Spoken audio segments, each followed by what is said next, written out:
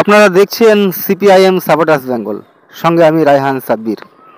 বন্ধুরা, আপনারা জানেন 7ই জানুয়ারি সিপিআইএমের যুব সংগঠন ডিওয়াইএফআই এর ডাকে ব্রিগেড সমাবেশ হয়েছে। আর সেই সমাবেশে কিন্তু লক্ষ লক্ষ মানুষ উপস্থিত হয়েছিলেন। একেবারে গ্রামগঞ্জের সাধারণ মানুষ ট্রেনে, বাসে, পানিপথে এসে তারা কিন্তু ব্রিগেড সমাবেশে উপস্থিত হয়ে একটা উপচে পড়া ভিড় কিন্তু আমরা লক্ষ্য করেছি। আর সেখানে ডিওয়াইএফআইয়ের প্রাক্তন সর্বভারতীয় সাধারণ সম্পাদক, বর্তমানে সিপিআইএম রাজ্য সম্পাদক কমরেড মোহাম্মদ সেলিম তৃণমূল এবং বিজেপিকে চাঁচা ছোলা ভাষায় আক্রমণ করেন। তিনি কি বলেছেন তার বক্তব্যের মধ্য দিয়ে, তো চলুন বন্ধুরা আমরা শুনে নিই। 50 দিন ধরে পথ হেঁটেছে। এই পদযাত্রীদের আপনাদের সবার তরফ থেকে অভিনন্দন জানাচ্ছি। আরো অনেক পথ বাকি আছে, আরো অনেক পথ হাঁটতে হবে। রাজি আছেন আপনারা? অনেকে বলে বামপন্থার দক্ষিণ পন্থার মধ্যে তফাৎ কি? খুব সহজ। এখানে কমরেড মীনাক্ষী আপনাদের সামনে বক্তৃতা করছিল, বলতে বলতে উত্তেজনায় কাজী নজরুল ইসলামের বিদ্রোহী কবিতা থেকে উদ্ধৃতি দিতে গিয়ে রণক্লান্ত তো, কিন্তু শান্ত হবে না, বলল ভুলে গেছি। আচ্ছা, এটা মমতা ব্যানার্জি হলে কোনোদিন বলতে পারতো ভুলে গেছি? মোদি কখনো বলতে পারে জনসমক্ষে ভুল বলেছি, ভুলে গেছি? কোন দক্ষিণপন্থী, কোন স্বৈরতন্ত্রী, কোন ফ্যাসিস্ট কখনো ভুল স্বীকার করে না। বামপন্থীরা পারে, কারণ তারা সত্যের পথে থাকে। ওসব ভুজুং বাজুং দিয়ে চলে না, ওসব ডহর বাবুকে খোঁজা হয় না। সোজা কথা বলি, চোরকে চোর বলতে, গুন্ডাকে গুন্ডা বলতে, সাম্প্রদায়িককে সাম্প্রদায়িক বলতে, দুর্নীতিবাজকে দুর্নীতিবাজ বলতে, ভাওতাবাজকে ভাওতাবাজ বলতে বামপন্থা কখনো ভয় পায়নি, কখনো ভয় পাবে না। আর এখানে যারা জড়ো হয়েছেন তারা ভয়কে জয় করে এসছেন।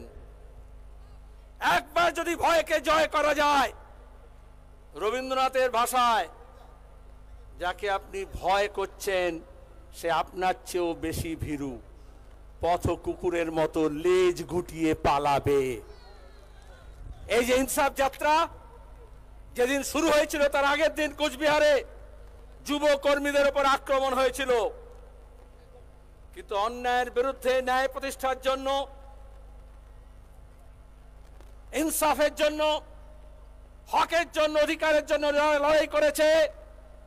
আসলে হক চাইতে হলে ধক লাগে। ডিওয়াইএফআই পশ্চিমবঙ্গ রাজ্য কমিটি সেই ধক দেখিয়েছে। আর তবেই শ্রমিক, কৃষক, মেহনতি মানুষ, ছাত্র, মহিলা, কর্মচারী, পেনশন যারা প্রাপক, গৃহবধূ, এমনকি কিশোর কিশোরী, শিশুরাও এগিয়ে এসছে, স্বাগত জানিয়েছে। কেন? এটা কি শুধু ডিএফ এর জন্য? এটা কি শুধু ইনসাফ যাত্রার জন্য? এটা কি শুধুমাত্র ধ্রুবজ্যোতি, মীনাক্ষী, কলতানদের জন্য? এটা কি শুধু এই যারা ঘর বাড়ি ছেড়ে দিয়ে হাঁটলো তার জন্য? তা নয়। রাজ্যের মানুষ বীতশ্রদ্ধ হচ্ছে, রাগান্বিত হচ্ছে। এই চুরি, এই জোচ্চুরি আর এই মিথ্যাচার দেখে তাদের হক মারছে যারা। ঘরের টাকা, আবাসনের টাকা, 100 দিনের কাজের টাকা, কালভার্টের টাকা, রাস্তার টাকা, মিড ডে মিলের খাদ্য, রেশনের খাদ্য, আইসিডিএস এর খাদ্য যারা চুরি করছে, রাজ্যের মানুষ তাদের শাস্তি চাইছে।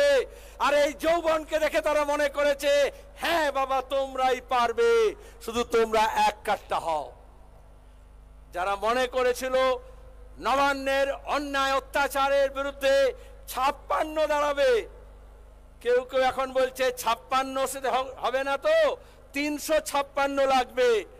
আমরা বলি 56 নয়, 356 নয়, 3056 নয়। যদি আপনারা মুষ্টিবদ্ধ হাত আকাশের দিকে তুলে ধরেন, জোরসে যদি স্লোগানটার জন্য গলা মেলান, মাটিতে পা রেখে মাথা উঁচু করে বাঁচার শপথ নেন, আর জাত পাত ধর্ম বর্ণ ভাষা উত্তর দক্ষিণ মন্দির মসজিদ এই সবার ঊর্ধ্বে উঠে যে এক কাট্টা হন এই বাংলাকে বাঁচাতে, আমাদের কৃষ্টি, আমাদের সংস্কৃতি, আমাদের ভাষা, আমাদের শিল্প, আমাদের কৃষি, আমাদের কলকারখানা, আমাদের রাস্তাঘাট, আমাদের স্কুল কলেজ হাসপাতাল স্বাস্থ্যকেন্দ্র, আমাদের ঘর, আমাদের মা বোনেদের ইজ্জত, আমাদের সম্প্রীতি, আমাদের ঐক্য, আমাদের ঐতিহ্য, আমাদের ইতিহাসকে আমরা রক্ষা করার জন্য যদি শপথ নিই, এক কাট্টা হয়ে এই বাংলাকে বাঁচাতে কোনো হিল্লি দিল্লি লাগবে না। বাংলার মানুষ কাফি আছে, বাংলার যৌবন কাফি আছে। হবে তো লড়াই, হবে লড়াই, হবে লড়াই। আমি পেছন ফিরতে পারছি না, কিন্তু পেছনে অসংখ্য মানুষ আছে। আমি মীনাক্ষীকে বলছিলাম এটা 360 ডিগ্রি মঞ্চ করতে হবে ব্রিগেডে। অনেক মিডিয়া বলছিল দক্ষিণে মঞ্চ হবে না উত্তরে হবে, সোজা হচ্ছে না উল্টো দিকে হচ্ছে। আসলে ব্রিগেডে আজকে 4 দিকে জনসমাগম হয়েছে। 31শে আগস্ট খাদ্য শহীদ দিবসে আমরা বামফ্রন্টে যখন জমায়েত করছিলাম, প্রচন্ড বৃষ্টির মধ্যে মানুষ দাঁড়িয়েছিল, পেছনের কাপড় আমাদের খুলে দিতে হয়েছিল, কারণ সামনে যত জমায়েত ছিল পেছনেও তত জমায়েত ছিল। এখানে এরা এমন লাল তারা লাগিয়েছে যেটা চট করে খোলা যাবে না। সভাপতি ছিল ধ্রুব, আর ডিওএফআই এর সাদা ঝান্ডার মধ্যে লাল তারা আছে। আসলে এটা হচ্ছে ধ্রুব তারা, লক্ষ্য, মঞ্জিল, মকসদ।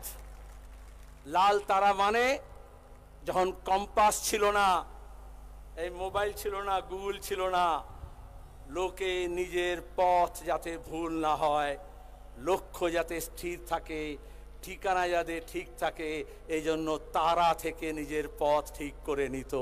আজকেও বাংলার যৌবনকে, তার লক্ষ্যকে ঠিক রাখার জন্য এই লাল তারাকে মনে থাকবে তো। আর সে পথেই আপনারা এগিয়ে যাবেন। যারা পথে হেঁটেছে তাদেরকে সেলাম জানালাম, কিন্তু পথে যারা পাথেও দিল, রসদ দিল, দুহাত উজাড় করে তিল তিল করে জমানো টাকা, খাদ্যের যোগান দিল, রাতে থাকার ব্যবস্থা করলো, সব অংশের মানুষ তারা জানান দিলেন লড়াই জারি রেখো কমরেড। আর এরা মীনাক্ষী ধ্রুবরা এখানে বলল লড়াই জারি থাকবে। ইনসাফ যাত্রা ব্রিগেডে এসে শেষ হয়নি। ব্রিগেড থেকে নতুন শপথ নিয়ে গ্রামে গঞ্জে পাড়ায় মহল্লায় বুথে অলিতে গলিতে আলপথ বেয়ে সাঁকো পেরিয়ে এই ইনসাফের লড়াই জারি থাকবে। থাকবে তো?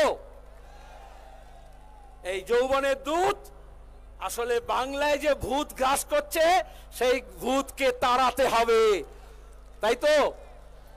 আমরা ভূত তাড়ানোর জন্য ওঝা খুঁজছি না, ভূত তাড়ানোর জন্য যৌবনকে খুঁজছি। একটা প্রজন্ম, এই বাংলার একটা প্রজন্ম চাই। এই বাংলার পুনর্জাগরণ এই বামপন্থা ঘটাবে, এই শপথ আমাদের নিতে হবে।